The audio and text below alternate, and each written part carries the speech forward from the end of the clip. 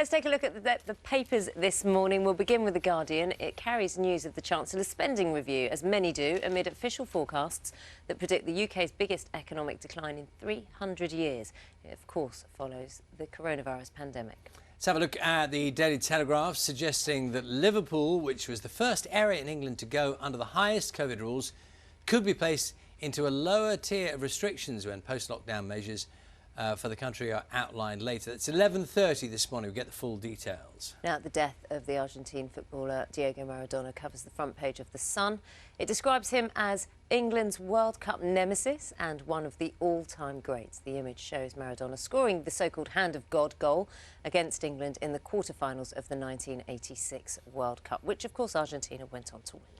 Yes, and let's have a look at the Buenos Aires Times online, including images of fans gathering at the obelisk. The paper says clapping hands, car horns, sirens, cheers and songs could be heard from 10 p.m. in tribute to the legendary number 10. Must be some remarkable scenes playing out there over the next few days. 3 days of mourning, official mourning. Yeah, absolutely.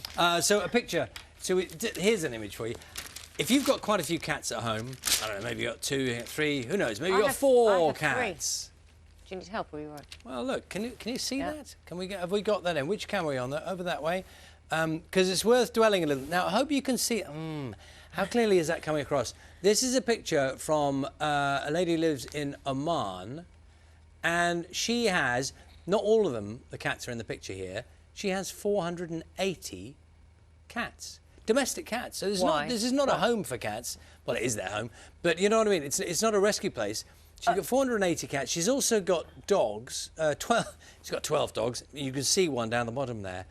That's quite extraordinary, isn't it? Are they she's not just rescuing them and... Well, I mean, you assume that there must be some story attached to it, but it's not a rescue centre as such. Just these are her cats. So I have 3 cats, right? And the only thing I can think of, and I don't know if you'll be with me, smell.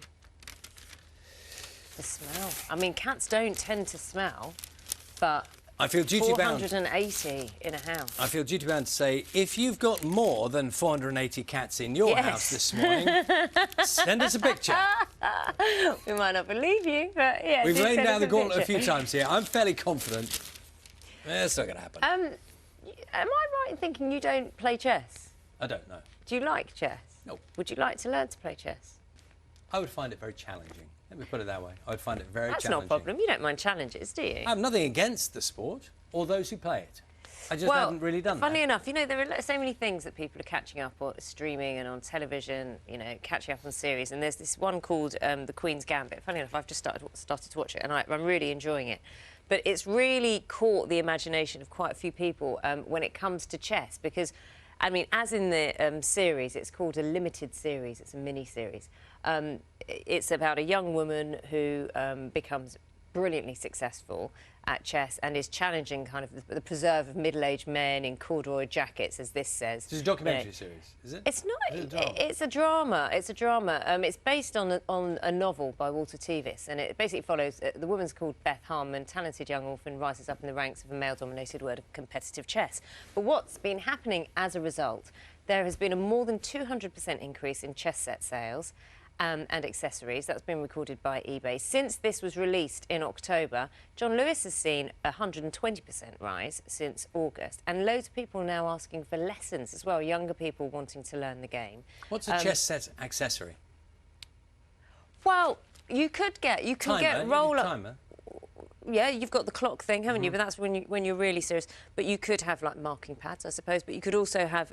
you can roll up chess sets, rather than just in a box, you know, in different ways. On another thought, we all know the cars are getting bigger and bigger, mostly getting bigger and bigger. And you know that parking thing? You go into a car park and you find a space, but then you can't get the car doors open. Yes. So they've done this analysis of how much bigger cars are. I mean, it's over a long period of time. So from the 1970s to 2020, the Mini, for example, has gone up in size 55%.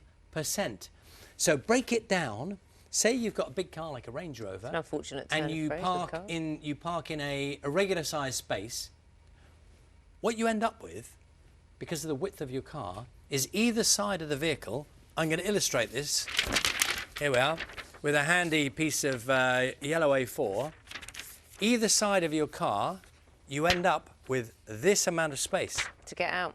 for the door to open. Which is how And for big? you to get out. How big That's is that? 21 centimetres either side of the car for the average space with a big car like that. So you can't get out of that, can you? Can't get out. Do you know, I'm not an angry, road ragey person, but one of the things that infuriates me, I'm not lying at all, so our director, who said that I was, is when people don't park within the lines and sensibly, or when they park just on the edge of one line. So it wrecks the space. But of with the that next little person. space, it doesn't make much difference anyway. Well, at least you have 21 centimetres. You could, you know, manipulate it. But Stay calm out there, whatever the circumstances. Stay calm. That's my message. 17...